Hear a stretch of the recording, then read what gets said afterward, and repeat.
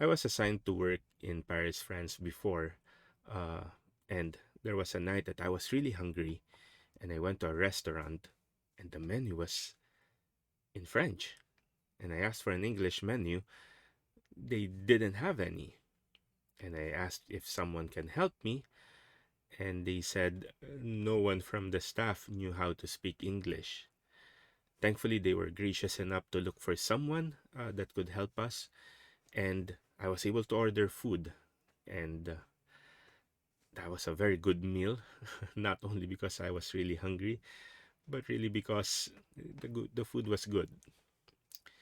And in today's gospel, Jesus tells us, I am the bread of life. He is the bread of life.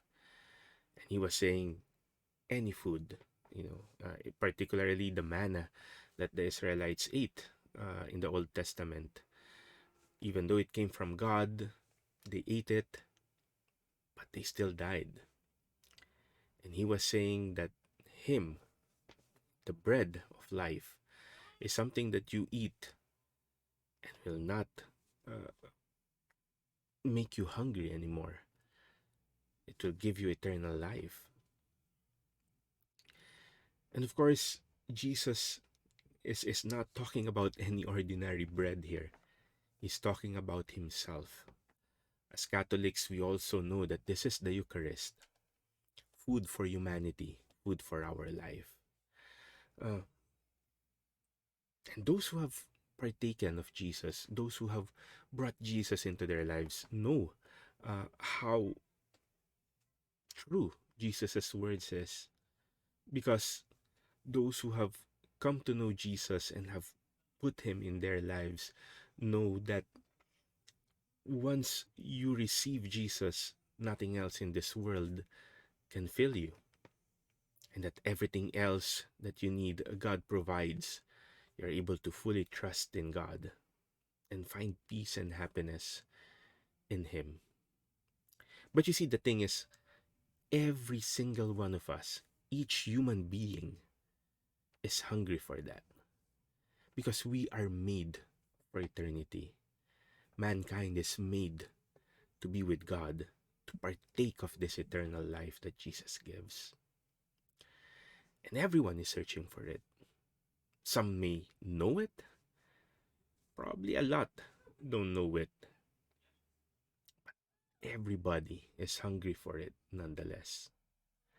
And the first reading tells us that they will not be able to know it unless you tell them, unless you explain it to them.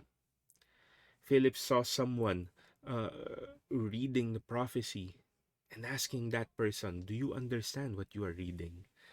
And he said, how can I unless someone helps me understand, unless someone explain it to me?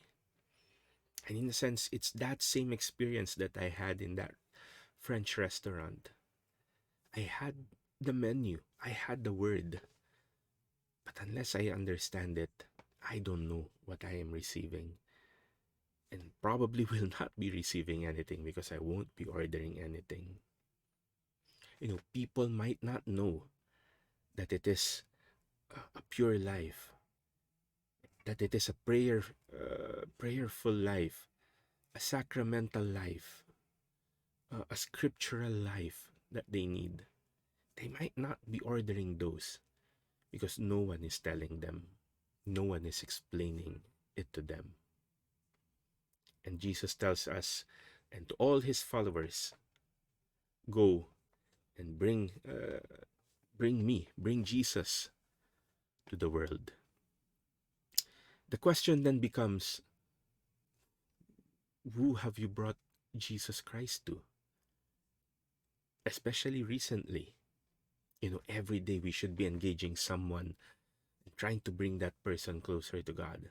No, we don't have to preach like a homily in the Mass, of course. That's not what I'm saying. But not only in our lives. Of course, we have to show what living as a Christian is.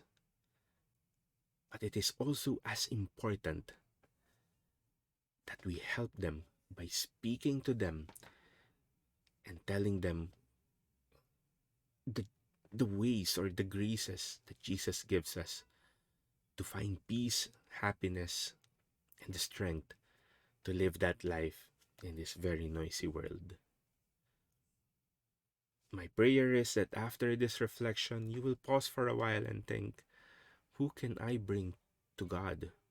Who among my peers or people I know or I encounter uh, needs Jesus that I can touch, that I can let Jesus use me to feed that person?